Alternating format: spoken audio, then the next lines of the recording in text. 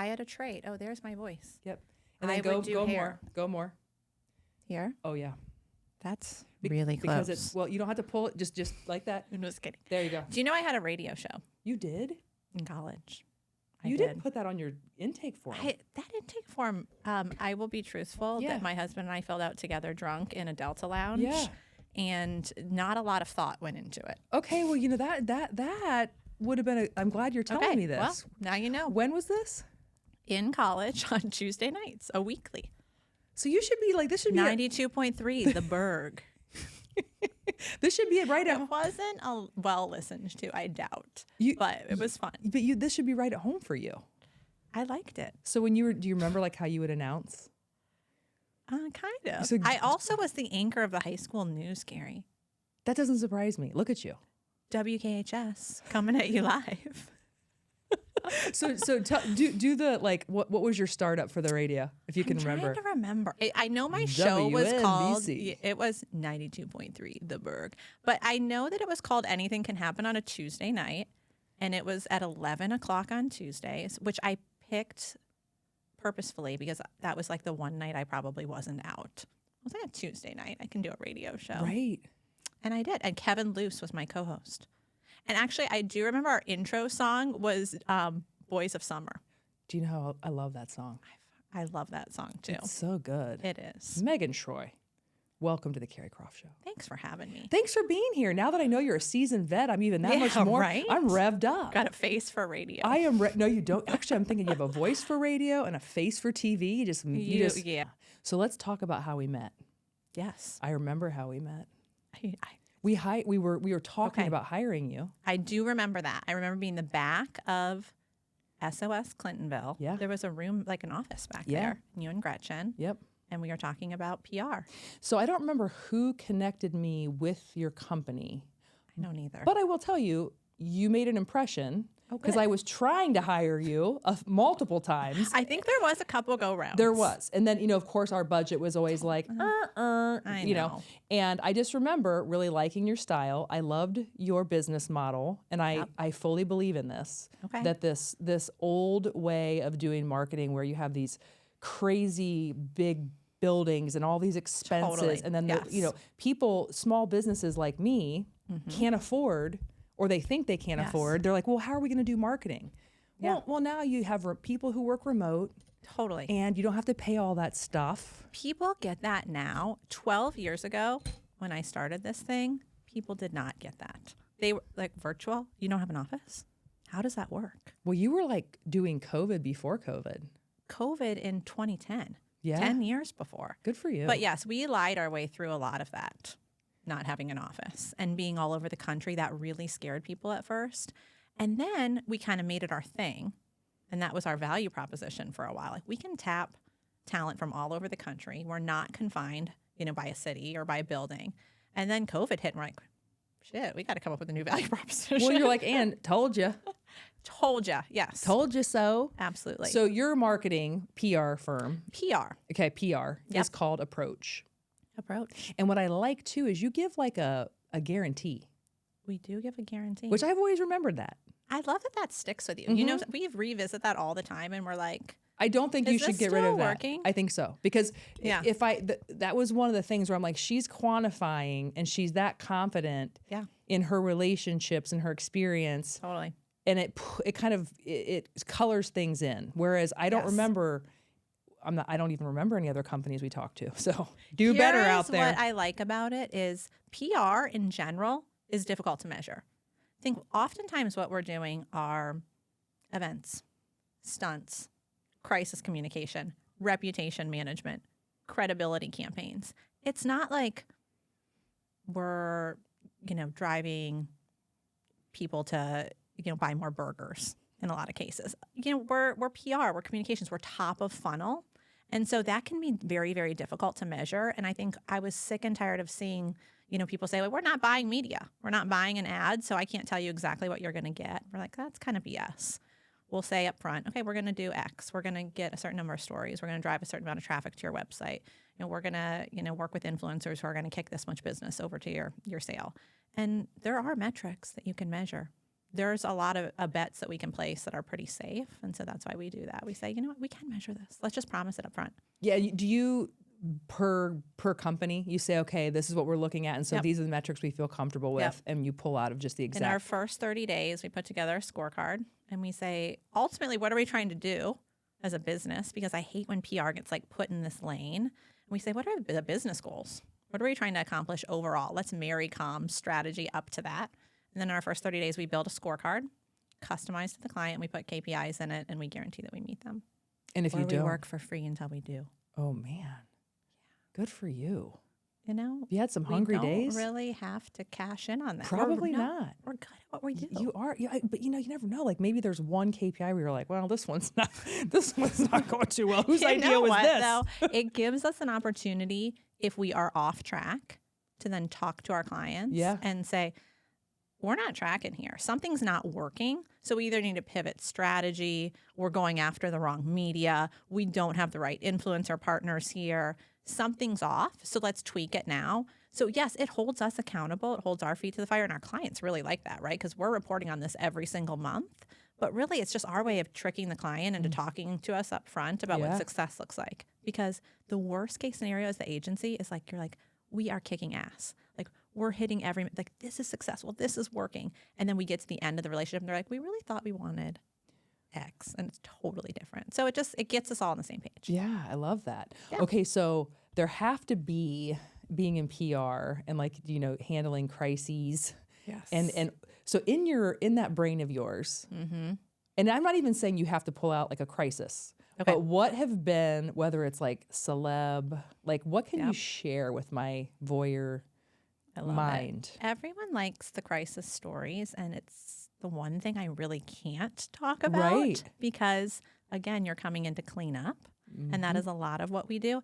In an ideal world, we're doing crisis preparedness, the boring part of crisis comms, where we're trying to set a plan. So if something happens, we know exactly what to do. The team has worked the methodology. They know who to call. We have messaging written. But more often than not, we're called in for crisis mitigation, where it's just cleanup. And it is my favorite work we do. And most people hate crisis. But I don't know. I feel like I have this thing in my brain where under very high pressure situations, I don't feel it. Like, I look back at some of the hardest times in my life, and in the moment, I didn't know that I was in deep shit. But afterwards, I reflect on that and I'm like, oh, that was bad. That was really bad. And I think it makes me good at crisis because I'm sitting there and I can maybe be the level set, the calm in the room. And that's why you're bringing in the agency, right? Oftentimes, these people are at the lowest moment in their life. They've lost their job, or they're about to be canceled, or they made a mistake, which we all do, and they need help because they're under public scrutiny and they're, in the public eye. And it happens with individuals, and it happens with executives, and it happens with brands overall. A brand makes a misstep and they put something on social media, or an employee goes rogue, and someone needs to be there to help them through what comes next. Man, you guys are probably having a heyday with this cancel culture. It's a lot. So if I were you and I would see a situation like Kanye, Yeah. do you sit and analyze that and you're like, okay, here's what they're probably doing, or here's what I would do? Or I do think about that a lot. I also am very critical. So if I see someone in a tough spot and they handle it poorly, especially someone like Kanye who has every resource in the entire world to handle the best in class crisis teams and doesn't, I am pretty judgy. well, you're like, okay, he's out to pasture. Just doesn't care. Just does not care at all. I mean, there's zero fucks to give there. Zero fucks to give. Right? But it's interesting work, and it's really rewarding because I'll tell you what, when you get through it, client service is tough, right? Like, you're always under scrutiny.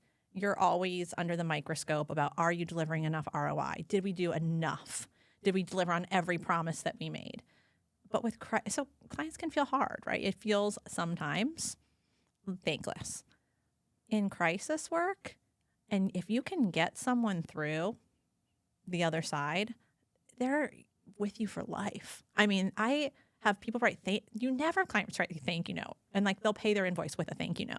And that is the rewarding stuff for me, is to be like, yeah, that was tough. They were in a tough spot, but we got them through.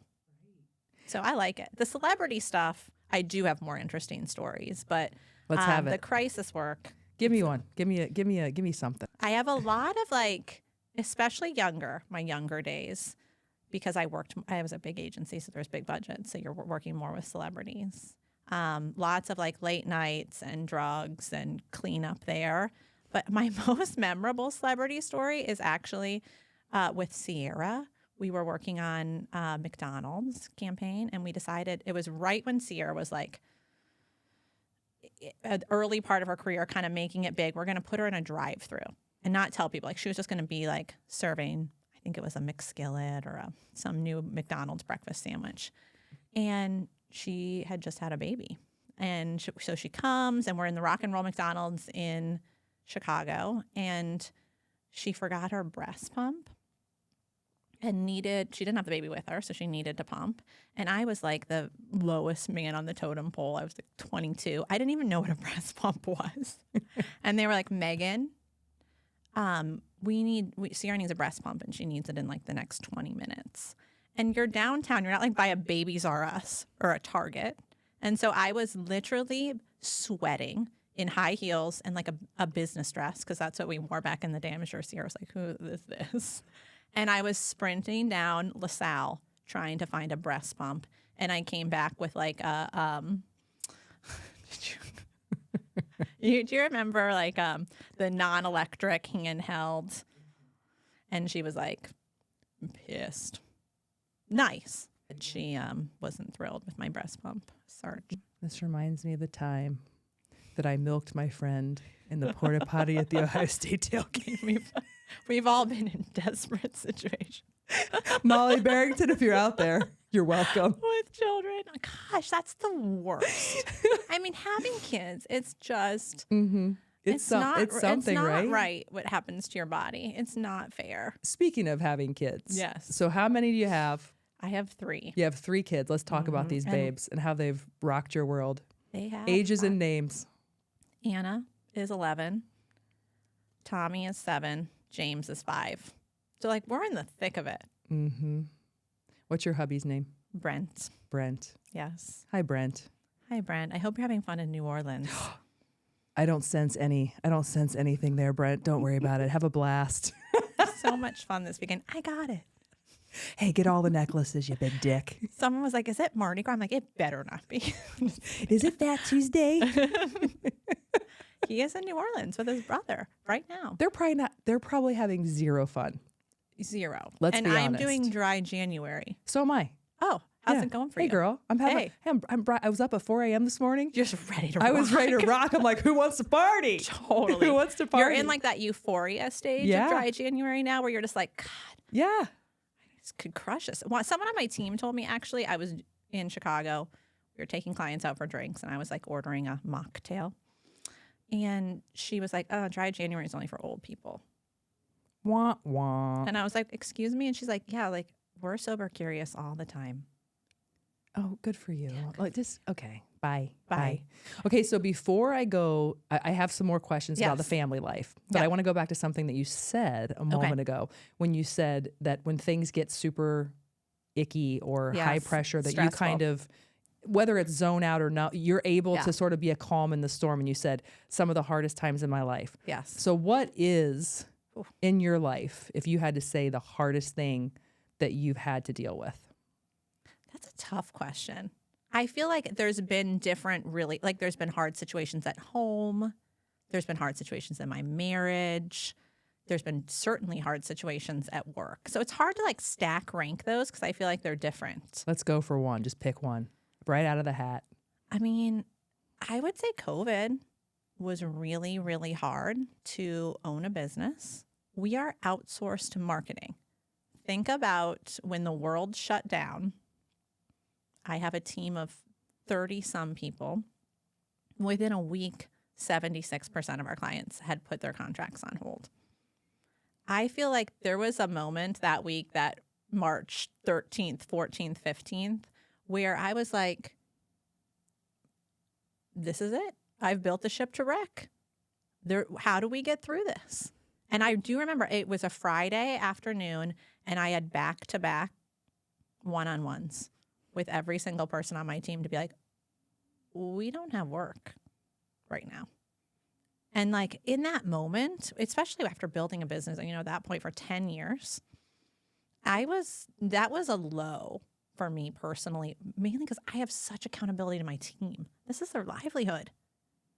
And when you're in that situation where you're telling someone they don't have a job, I don't think that ever gets easy. I don't care if you're George Clooney in whatever that movie was where he just like flew around the country and fired people. It is the absolute worst feeling in the entire world to get on the phone or get in front of someone and tell them that they no longer have a job. Comes to mind as a low, certainly. And the most scary, because it's unprecedented. Who would have thought? Who knew? I would never have seen that come. We were going into that year. I remember making big proclamations. I was like, 2020 is our year. And then it's like March. Oh, it's your year, all right. That was a crazy time. I can remember Gretchen calling me and saying something like, yeah, my brother-in-law or somebody told me this might last 2 weeks. And I laughed. I'm like, okay, like this isn't going to last 2. No one. It was like a movie, and like the fear of going, I will never forget going in the grocery and having literally like feeling like the blood was leaving. Like it was like the apocalypse. Like it was not okay. Nothing was okay. And then you look and you have a marriage and you have bills and you have kids and you're very much a working mom. Yes, very right? much. How did that impact the home life? I mean, it was just a shit show. I feel like, especially at first. Now, I am lucky enough. We have a full-time nanny, had same wonderful, amazing person for 7 years. And she stuck with us in COVID, which was our only saving grace, because those were some of the most intense seasons of my work life consecutively. And my husband was right there with me. I mean, he works in big consulting. And it's funny that you said, like, we did not see this coming. He kept being like, it's getting crazy in Europe. Like, he's like, I think this is coming for us. And I laughed. I was such an idiot about it, honestly. I was like, I don't know. I think it's a week. Stay at home. Kids will be back in school in a week. I actually was complaining that like the schools were being too. I think you're probably not the only one. So it was tough. And I would say it was trial by fire. And there was a lot of nights where I walked in the house and poured myself a very stiff drink at 3 or 4 o'clock. Oh, yeah. Because it was just like, what are we doing? What are we doing? We did end up ultimately kind of quarantining with our neighbors, which was a saving grace.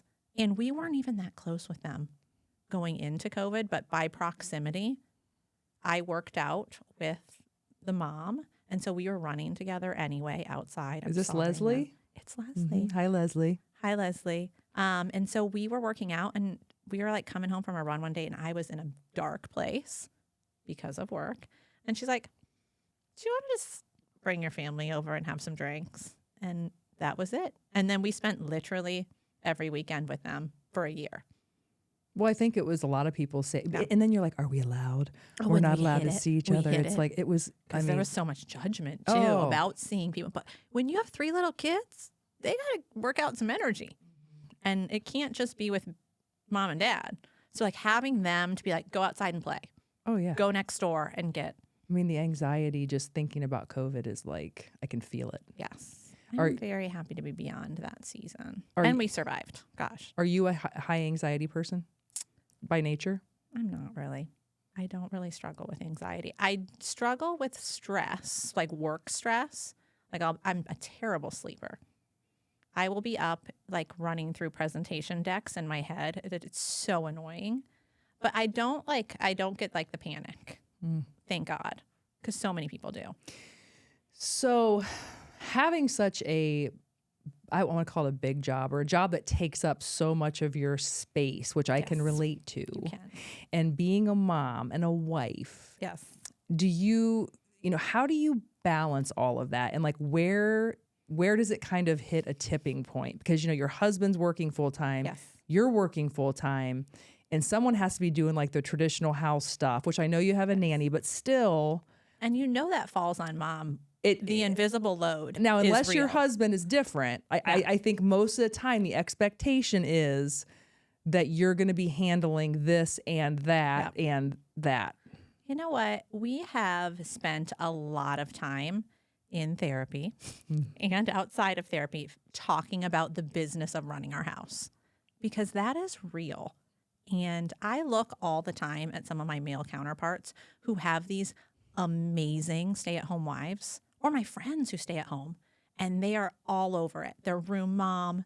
Their houses are perfect. They're planning the play dates. They've got dinner on the table every single night. And I look at our life and I'm like, we are a mess. We cannot compete.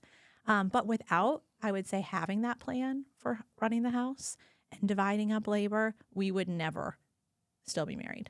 But I do think my husband is amazing at, number one, supporting me in this career and starting this business when I was 26 and had zero business starting a business. And two, saying we're not going to have traditional gender roles in our marriage. He cooks. He does 50% of absolutely everything. He is an amazing partner when it comes to dividing up the working of the household. You have to have that. I would say my husband's 85%. Wow. He does everything. Yeah, he does laundry, he cooks, he does a lot. That is honestly my fantasy, is to get to the point where we're both comfortable with. I think he would stay at home. I think he would genuinely thrive and would like it. Mm-hmm. And I would love to get to that point. But he's got a big job and he loves to work too. Yeah. So you're hot. You're so nice. And just tell me more. You're hot and you're confident. I could see you back when you were working in the big agency days and you were young. Yes. What was your experience like in that world? Especially, I feel what was it, 10 years ago, 15 years ago? Yeah. The world was very different in terms of how people behaved. The world and was how you were treated, right? Yes. So did you have any sort of things that happened back then that kind of, imprinted you when you moved on to build this business? 100%. Yes. I think that was I think the decade of 21 to 31 is the most challenging and transformational part of a person's life. First of all, I came out of college, I feel college is a bubble that is unreal, and it's like fun land, and you are protected and there's no consequences, and you're just, out there doing your own thing, completely ill prepared, at least I was, for the real world. So when I left college, I moved to Chicago. I took a very big job at an agency, one of the biggest agencies in the world, and had zero clue what it was like to be an adult. Zero clue. I've always had a really strong work ethic, so I worked really hard and I worked a lot, and I had a very competitive job, but I played very, very hard as well, and made a lot of mistakes along the way. And that time, big agency was tough. It was tough to be young and blonde and trying to understand, is this what I need to do to climb the corporate ladder? And I do feel like I was put in difficult situations a number of times, not just in big agency, even after starting Approach, where I thought in my head and I made a cognizant decision, I am going to build a culture where this doesn't happen. And that might be why I work with 95% women, is because I have been in difficult situations. I remember early on starting Approach, I was working with a pretty high profile celebrity, and it was the worst job I have ever had. I was literally brought in to clean up his messes, essentially, and would get calls at 3:00 in the morning and incoherent texts and tasked with doing things that were literally impossible. I was like, I'm 30 years old. I don't know how to get this video off the internet. And by the way, that's not what I do. That's not what you're paying me here for. So I do think that it was formative for me not just to, kind of come of age in the big agency, but also to be put in difficult situations early on that made me question my values, ethics in business, and what kind of culture I wanted to build as I was starting Approach. Because you have a say in that, right? You have a say in, what our values are as a company and who we're going to hire and, which clients we're going to work with, and being able to say no because I don't, believe in that, or I don't want to work in that environment. And yes, very Me Too-esque, but also just, navigating being a young professional is hard. There's no manual to that. And I felt ill-equipped coming out of college. We're all ill-equipped. Did you feel like that? Like, I'm still ill-equipped. I'm still looking around going, where's the manual? Because as soon as you figure out, as soon as you've built the process, the universe is like, all right, let's plot twist this one. 100%. There's something new. Now you have to build another manual. Yes. So it's like, I just have learned to kind of do what I can. Yes. Hang on loosely, Megan. I just hang on loosely. Like by a thread. Sometimes, so I excited about this year. I was like, I'm just going to tiptoe into 2024. I'm not going to make any big proclamations. I'm just going to ease in, not ruffle any feathers. It's going to be a good year. The soft landing is coming. We are hanging on sometimes. Do you feel like you have to, do you struggle to be present sometimes? So when you're with your kids, so you've worked all day, and now it's kid time. Oh, and that is so hard. And it's very different, but you still have, and I'm just projecting my experience. Yes. So you tell me where this is right and where it's not.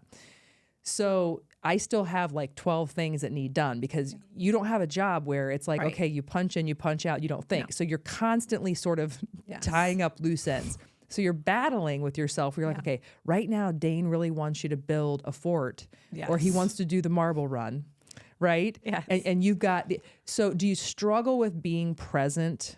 Is it a muscle you feel like you constantly have to try to build? 100%. You know what? I feel like the biggest hypocrite sometimes because I'm like, no screens, no YouTube, except on Saturday mornings from 9 to 10 when mom wants to sleep in. No YouTube. And then I'm on my phone. Or got to take this. Again, tying things up, answering late night emails. In a crisis situation, there's no 9 to 5. You're working until that person wants to go to bed. Yes, it is hard. I think the transition from work to home and parenting is hard regardless. I think when you work from home, so I have a studio at home and we built a carriage house so that I could be close. I actually think it's even harder because you don't have that drive home decompression time. You're literally on with a client and then on with your 5-year-old who wants to play Sleeping Queens and be all over you. That's tough. It is tough. It is, and it's because it's such a blessing and such a gift. Yes. Especially if you struggled to have, so, and then you're like, how am I not I picture motherhood as this, I'm like, Carrie, just be graceful and, patient and kind and read a book. And I'm like, Dad! No, I find myself with my kids, having to have activities that I know I can thrive in. I love to bake. I think because I'm kind of exacting. I love getting the measurements exactly right. And so that's a fun mom thing. I am willing to mess up the kitchen, no problem, to bake cookies with my kids or make one of their friends a birthday cake or drop off treats to someone who's having a bad week because I actually can be doing something fun with them that I enjoy that's not playing. I'm a terrible player. I think you just hit the nail on the head for me because I that's exactly what I say is I have to find things, and that's so selfish. I mean, what the hell? God, you're the worst. I have to find things I like doing, and baking happens to be one of them. So we go to the store, we'll pick out the flavor, we'll hand it out to the neighbor across the street or next door. Yep. And we're doing these science experiments now where you can use food coloring and baking. We're doing that tonight. It's fun. You're a fun mom. Well, see? Until I'm not. Well, I try to be. I really, really do. We ski together. We're going skiing Sunday. Big skier as well. I'm a terrible skier, but I'm trying to get, I just want him to be able to do it. So yeah, you have to find something that you're interested in. Otherwise it feels like torture. It does. It feels like torture. And if I'm not a good faker. I'm not either. With my kids in particular. So like, I don't know, like you're spot on. You have to find the things that you do well and invite them along on the journey.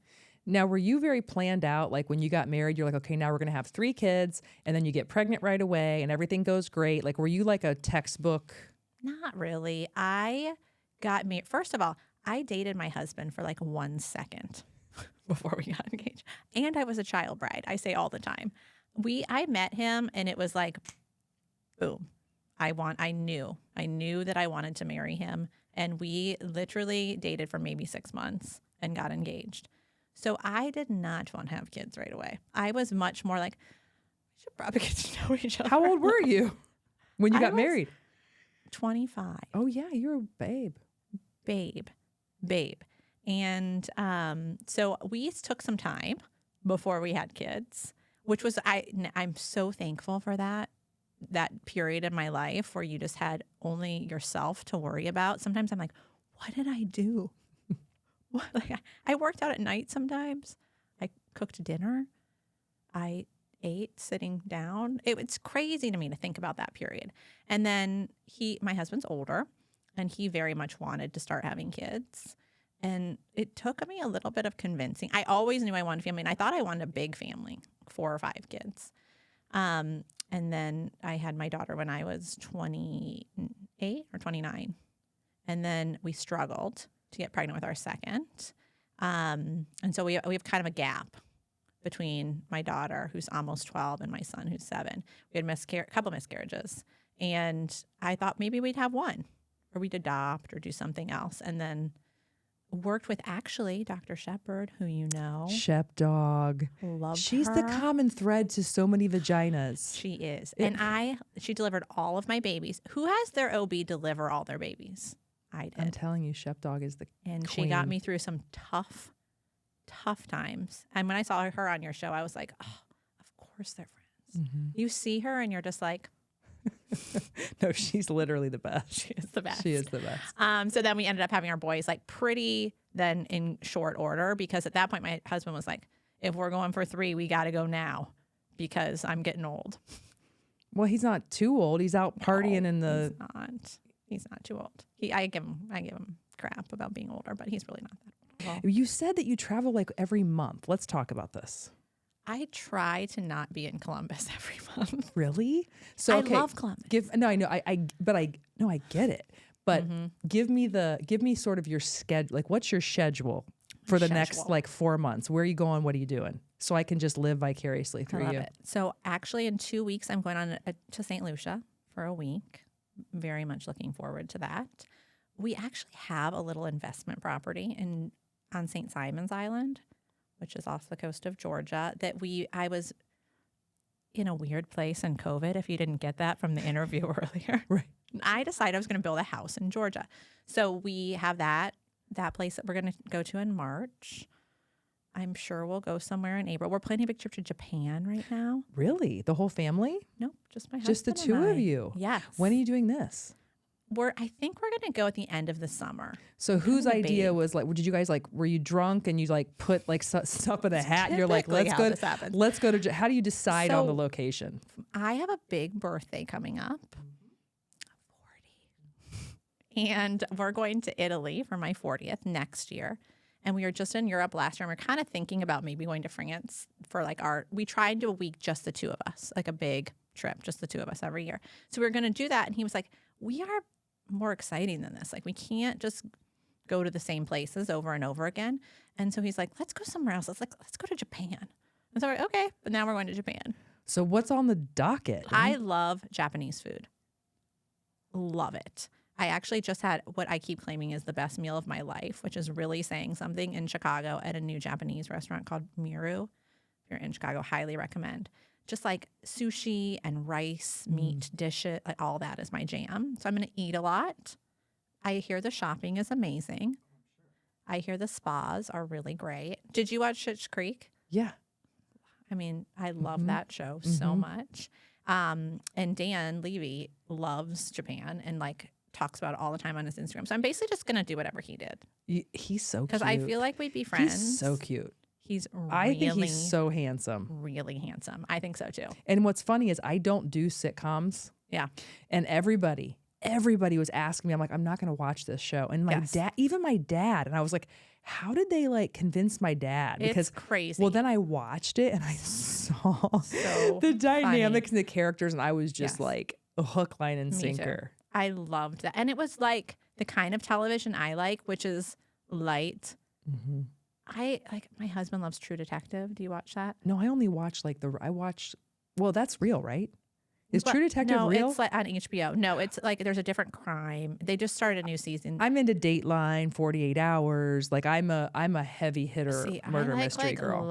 You need to watch True Detective. I'm Season 1 is epic. Okay. With Matthew McConaughey.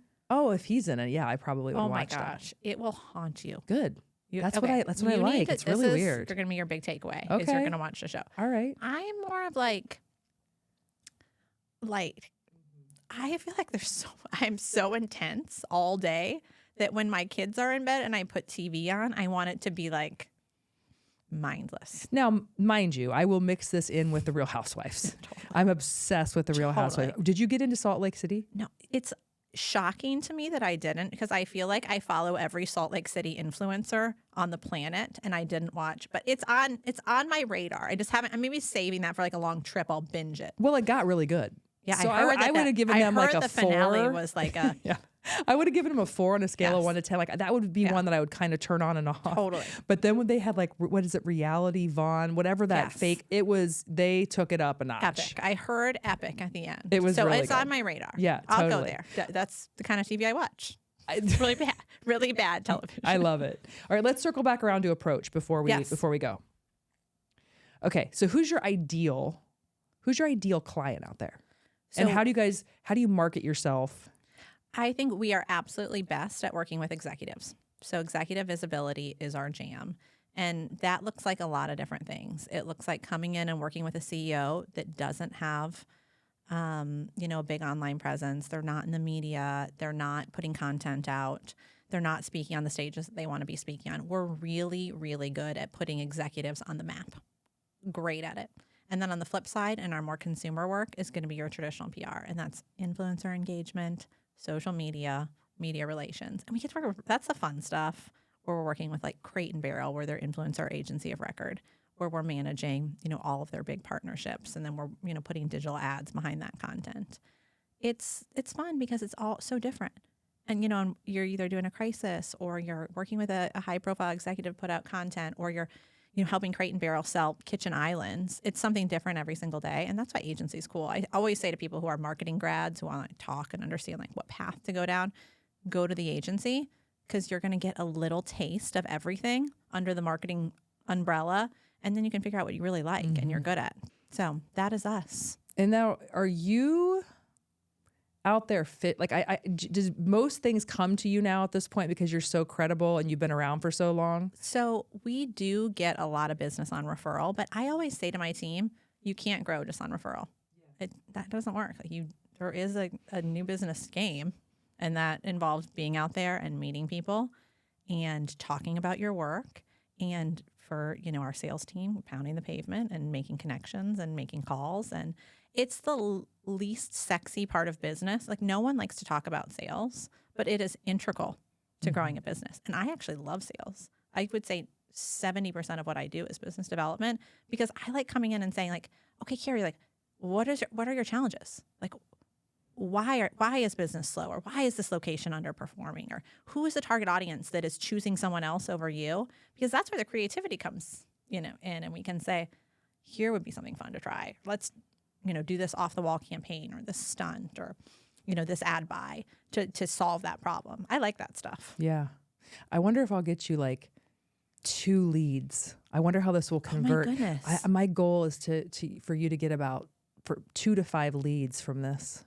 God, that's my goal too. If you do that, I'll be on here every week.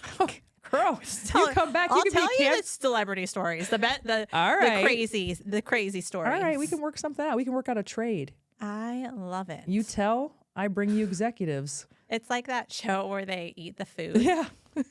I'll bring you crusty old executives that don't know what's Instagram. I love crusty old executive. That's my jam. Any crusty old executives out there, bring it. Megan, you're so funny. This has been a blast. This is fun. It's almost coming up on an hour. It's like and look, it just went like that. It did, because it was just, when you get somebody in the seat and you start to kind of vibe, it just works. You're very easy to talk to. Well, thank you. So are you. Thanks. Where can people find you specifically? They can find me just at Megan Shroy across all the channels. Yeah. Shroy's hard. SHROY. Megan Shroy. My maiden name was Jackson. Really? That was easier, huh? Really? Yeah, it was a big. Shroy's not terrible. Yeah.